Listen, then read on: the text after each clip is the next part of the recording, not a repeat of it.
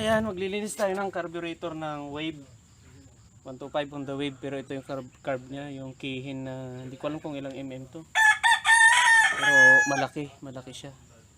So medyo madumi na rin talaga, evident naman. Sa loob naman hindi ganun kadumi, pero sa labas hard starting daw kasi mahirap pandarin. Minsan madali, minsan mahirap. Kaya ito yung suspetsya nila, kaya papalinis nila. Linisan natin to.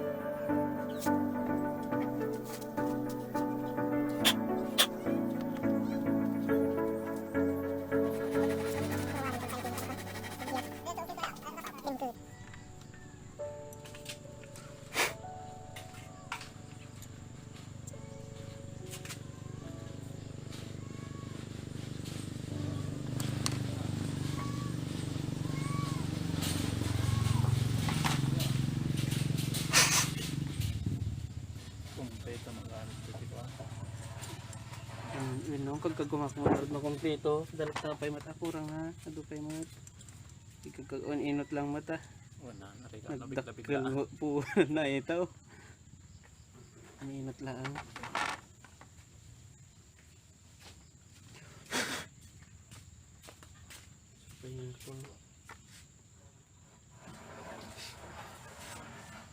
Pangasik ganot na rin. Hindi so naman ko pa. Speedwalk mo lang yun ata. Bukat mo yung mother ko. Bukat so man tita mo nang ipakita ka ito. Lininisan na matan. Ay ko ang pumapaandar. Ay extra plug to. Ipukaw mo na namangag. Ay na to. Sa gaya.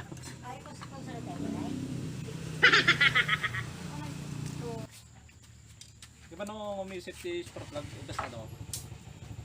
Depende nung may sapay ito pagkukuha na, pag iisitan na overfeed kaya nasawan doon ay may gigop na gasolina na panakayang apura namin no talagang pagpundi ay di ko pa siguro asok-asok naman pay Yung pasabayo ko din adi pinakayon. Ipiston ring kan barbsil na. Ano mo maminsan nga lukat? Minumpay mo at ajalat ta connecting radan. Okay. Kung ay pa, doon nga biring sa bahay. Ay, dali ko main bearing na. Una, sukatan talaga ay. Sensya mo lang ang lukatanan. Ah, Ayun, nisit. Ay, ito karburador, timay isa. Masubraan natin ko supply ng gas. pero ito, natangkot ko na. Kung tipit mo ang pumatis din.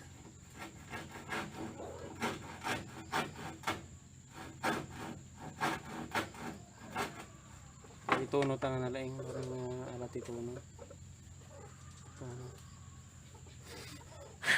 Ito yung mga kumatiturong kutikal man, kaman nung kalangana lang, kaman no, Awanak pa yun, no? Rabi klase mga pet. ano dyan, sport lang. Ay. Ada ito. Jatid dog. Basit pa ito eh. Well, basit nga jatid dog. Ada. Log ito yung pang basic lang ako. Ada mo ito yan.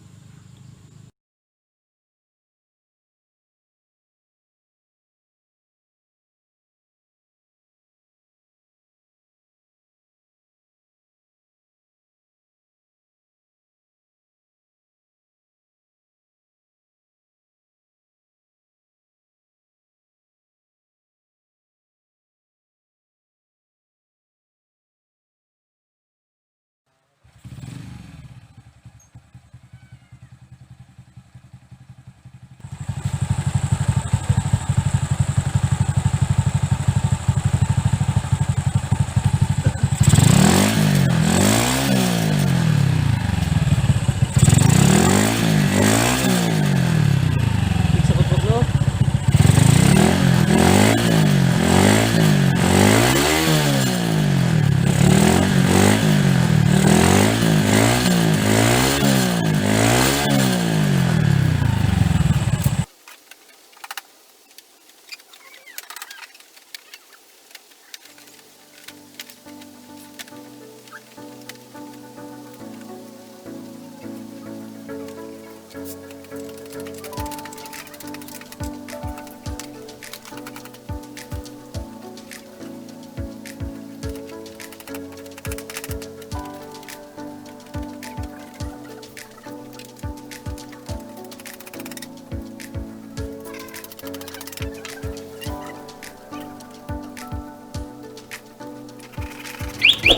Yan.